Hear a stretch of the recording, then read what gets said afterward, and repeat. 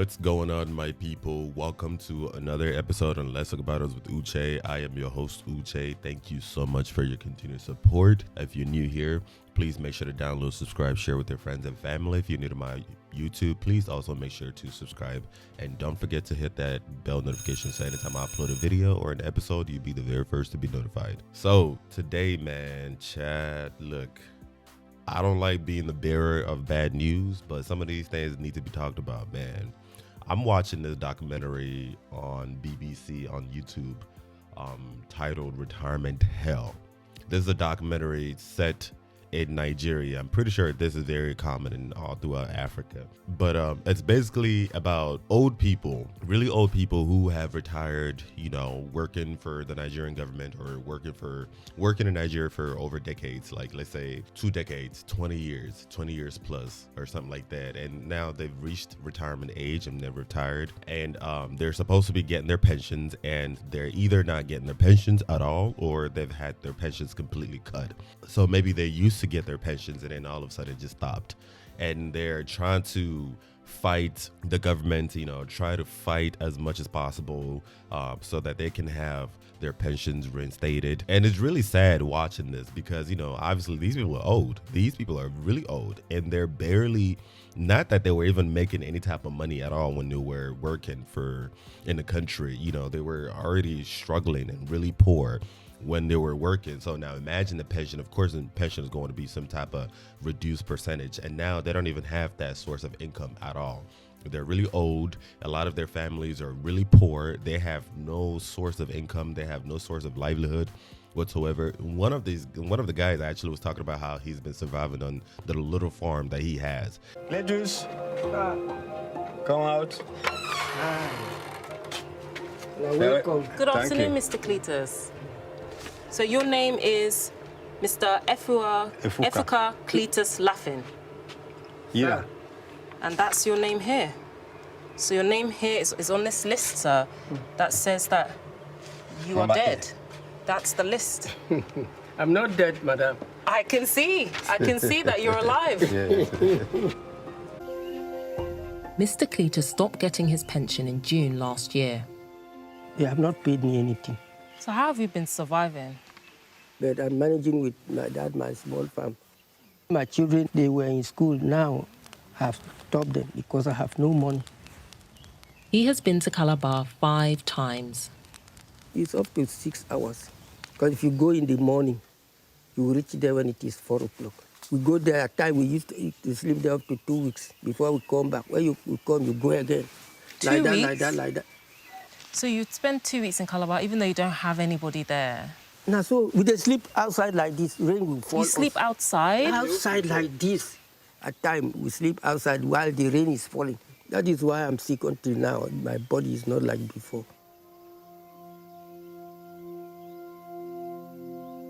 And if you've ever lived in Nigeria or anywhere in rural Africa, you understand that a lot of people, especially older people in the villages, they would always have their own little gardens or farms where they would grow, like, you know, different crops and things like that. It's to, you know, to help them with savings so they don't spend so much money. I remember when I was in Nigeria, my grandparents, they had several farms. But of course, my grandparents were a little bit more middle class, so they were able to afford more land. But this man had like a little piece of garden in his backyard, and that's what he's been feeding on.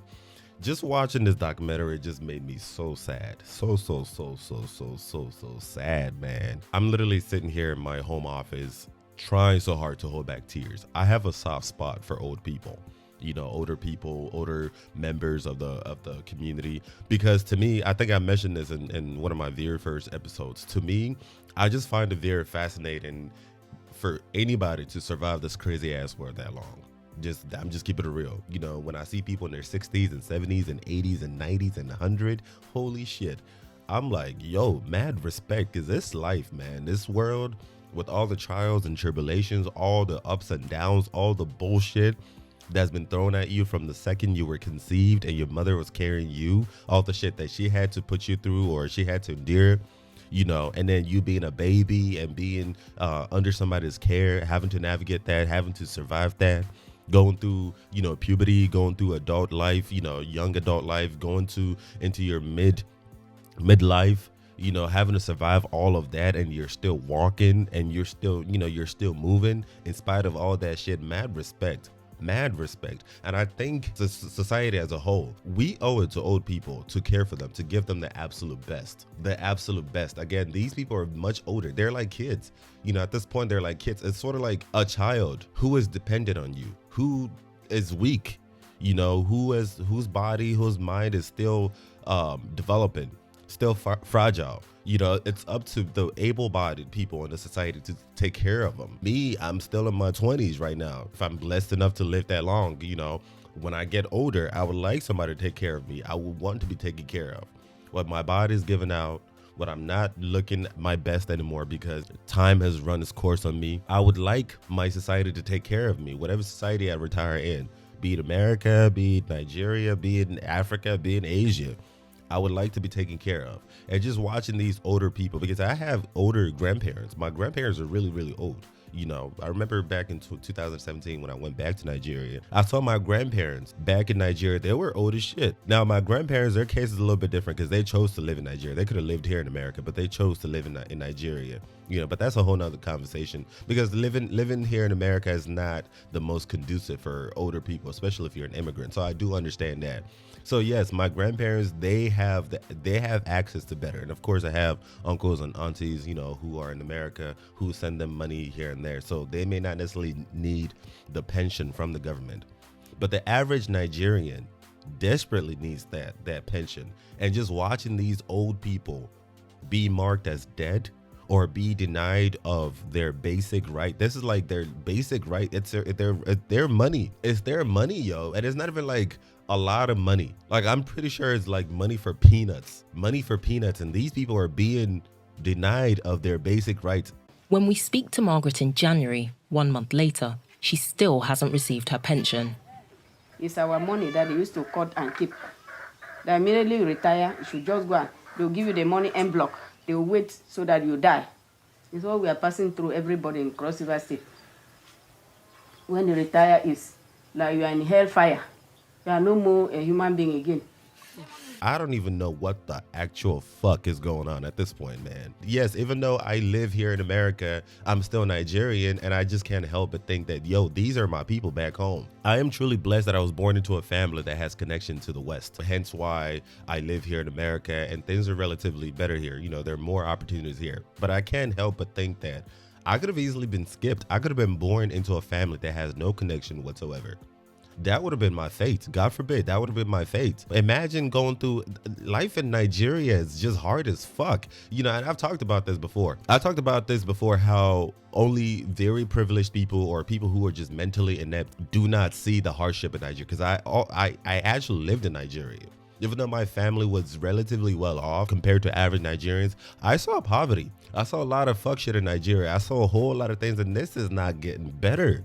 That would have easily been my fate if I never left Nigeria, if I was born into a different family. And this shit is just getting worse. Like, at this point, man, I have no clue what the future of Nigeria is going to be like. And I'm not trying to scare anybody. I'm not trying to sound pessimistic. But with what I'm seeing with Nigeria, with the way things are going, I don't see this shit getting better anytime soon. I was just watching Adeola Fayahon earlier today, and she was talking about how insecurity in Nigeria is at an all-time high. It was so bad that Boko Haram they're being more assertive and more confident with their bullshit. The murders, the kidnappings, they've been moving from state to state. Now they have the balls to even put their flags up.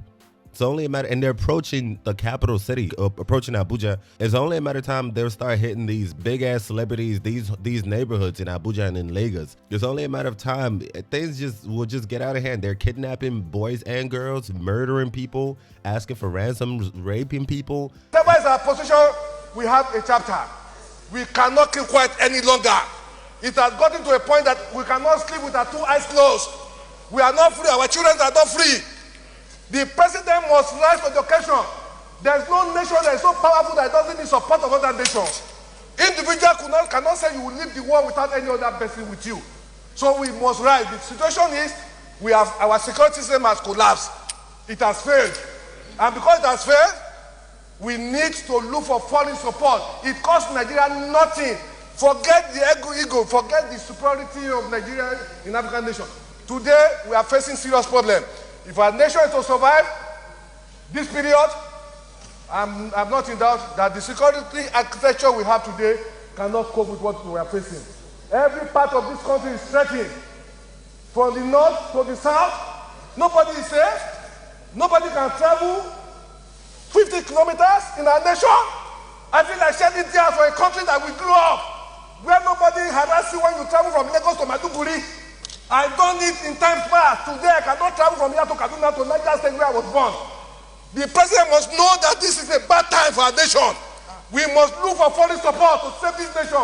This is my position, Mr. President. We must rise to it. They are killing people in the east, in the west, in the south, in the north.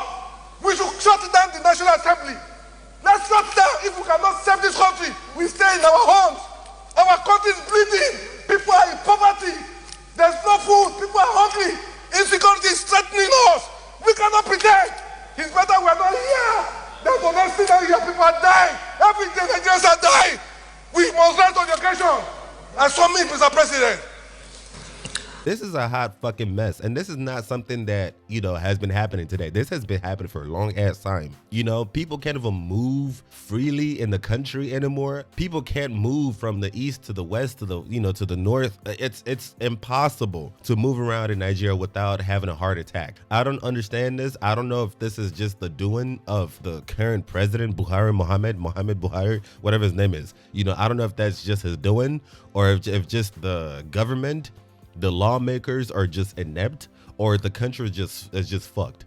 I don't see this getting better. If anybody has any type of, hope, any type of anything pragmatic, if anybody sees a pragmatic, realistic future for Nigeria, please hit me up. I do want to believe that things would turn around, but I'm not seeing that shit happening anytime soon. Population is rising. I'm talking people are having kids like it's Christmas. I don't even understand this shit, man. Sometimes I just cringe. I'm not as active on Facebook anymore, but I remember when I was on Facebook, almost every week, I would see somebody getting married. Like it's like a thing of celebration left and right. Everybody's getting married and everybody's just having kids. Just having a bunch of kids, man. I don't understand this shit. And it's not even people who are well off. These are people who are struggling of their own. A lot of these people are educated. Yes, they have degrees, but you ain't got no job. You ain't got nothing going on for you. And you think the right thing for you to do is to get married and, to take up a marriage obligation and bring in an innocent child into this already fucked up shit. I'm all kinds of confused. Maybe I'm the weirdo. Maybe I got my head screwed backwards. But I don't see this shit getting better anytime soon. Again, this documentary titled Retirement in Hell. One of the ladies described it as though she was living in hell because nobody cares about you. Imagine you being in that position, old, weak, feeble, no opportunities, no income, nobody gives a fuck about you. Not even the government that you served for over 2 decades. I said, Madam, please, don't let me die here. I came in from Lagos this morning, since 2 days on the way.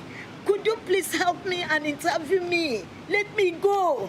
And then you got the lawmakers enriching themselves. There's this lawmaker that's banking 10 million naira every month after he retires. This is his pension, 10 million naira. That's equivalent to $26,000. 26,000 American dollars. Like Lagos State, the governor is entitled to 2 houses, one in Lagos, one in Abuja, in a location of his choice. That's what the law says. You sanctioned a law just 2 months before he retired, which would give him quite a pension. He is entitled to 10 million naira every month as overhead cost. Overhead of what? Nobody knows. He's entitled to 300% of his basic as pension. And yet, this man, whose gratuity and entitlement has been paid immediately after he left office, is owing 10 billion naira in pension arrears. I want that to sink in. $26,000. Some people in America don't even make that. There are people in America right now who don't even make that. Child, look, if hell and heaven is real, I believe a lot of motherfuckers are going there. Okay? And a lot of them motherfuckers will be coming from Nigeria, starting with the lawmakers. This is just some evil ass shit. This is just evil. This is really, really evil. It's heartbreaking. It's disheartening. I'm going to attach the link to this YouTube documentary down below for anybody who is interested. Again, I don't know where we're going. I don't know where this word in general, not even Nigerian, I don't know where this word in general is heading to. You know, there's too much uncertainties going on, but specifically Nigeria. I know in America, we have our own issues, but America is still relatively better than a lot of the situations in Nigeria. I don't see a future in Nigeria. So please, if you foresee a future in Nigeria or the entirety of Africa, please drop the comments below. Please hit me up, email me, talk some sense into me, because I'm desperate for it at this point. I really do want to believe in my people. I'm sitting here thinking about, I'm trying to move back to Nigeria. I'm trying to move back to Abuja in the next 10 years or so. I'm thinking I'm trying to retire in Nigeria.